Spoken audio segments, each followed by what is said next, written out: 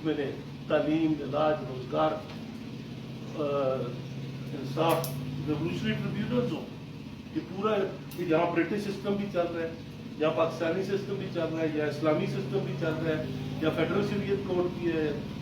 کتنے قسم کے یہاں جرگے کا سسٹم بھی ہے، یا خواتین کے خلاف عجیب و غریب وہ ہیں قوانین ہیں، نجی جیلیں یا جگیر ترین کی نجی جیلیں ہیں. تو مطلب یہاں کوئی قانونی سسٹم ہے ہی نہیں.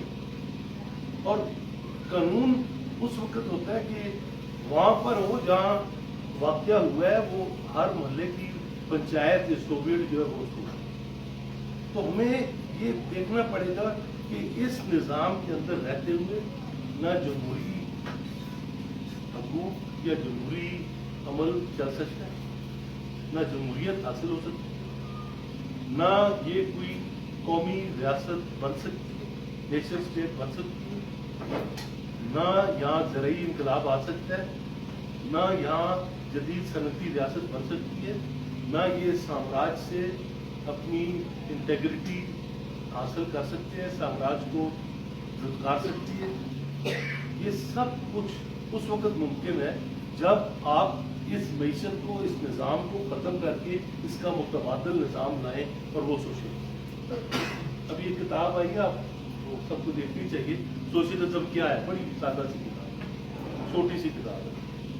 تو ہمیں جب ہم لوگوں کو ٹرانزیشنل ڈیمانڈ سے یہ بتاتے ہیں کہ یہ ہر ایشو پہ نواز شریف بھائی کیا پوزیشن ہے، عمران خان نے کیا ہے، زرداری بھی کیا ہے، باقی چیزوں میں کیا ہے، اور کیا ہونا ہے، کیا جو ہو رہا ہے وہ کیوں ہونا ہے، یہ تو ہم لوگوں کو بتا سکتے ہیں نا کہ اگر اس میں خراب ہونا ہے تو کیوں ہونا ہے، کیا وجہ ہے کس میں خراب ہونا ہے. اس کو معیشت میں گنجائش نہیں ہے. معیشت میں ایک نوکری پیدا کرنے کی گنجائش نہیں. یہ 10 کروڑ یا کروڑ نوکری دینے کی بات کر رہے ہیں، جہاں ایک مکان بنانے کی گنجائش نہیں ہے ریاست کے پاس. اتنی مقروض ریاست کیسے نہیں مکان بنا سکتی؟ اتنی مقروض ریاست کہاں سے کروڑ نوکری دے گی؟ ایک نوکری نہیں دے سکتے. وہ آپ سے جھوٹ بول رہے ہیں، تو سر یہاں جھوٹ بول رہے ہیں اور لوگ مان رہے ہیں. اور لوگ جو ہے نا وہ بالکل کبوتر کی طرح آنکھیں بند کی ہوئی ہیں بلی دیکھ کے. ایسا کچھ نہیں ہونے والا. جہاں اس سسٹم میں آنے والے وقت میں عدم استحکام بڑھے گا، یہاں آنے والے وقت میں انتشار بڑھے گا، نہ آنے والے وقت میں خون ریزی بڑھے گی. اور جو ایک پرسپیکٹو سیریس بورجوازی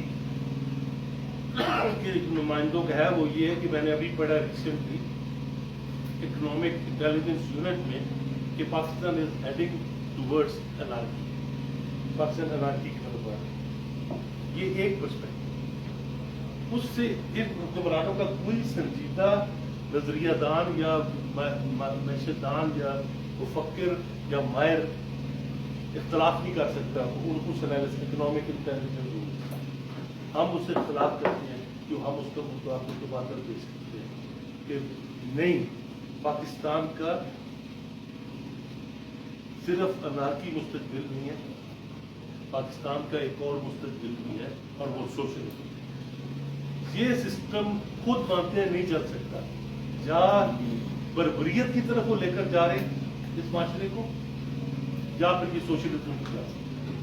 یہی بات 100 سال پہلے فریڈرک اینگلس نے کہا تھا کہ 100 سال بعد نسل انسانیت ایک ایسے موڑ پر کھڑی ہوگی جہاں ہمارے سامنے صرف 2 راستے ہوں گے، بربریت اور سوشلزم.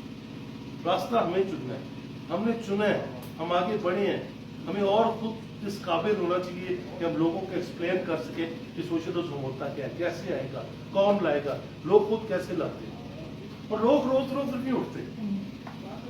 ریولیوشنری پیریڈز اور ہسٹوریکل ایکسیپشنز، کافی روز نہیں آتے انقلابات.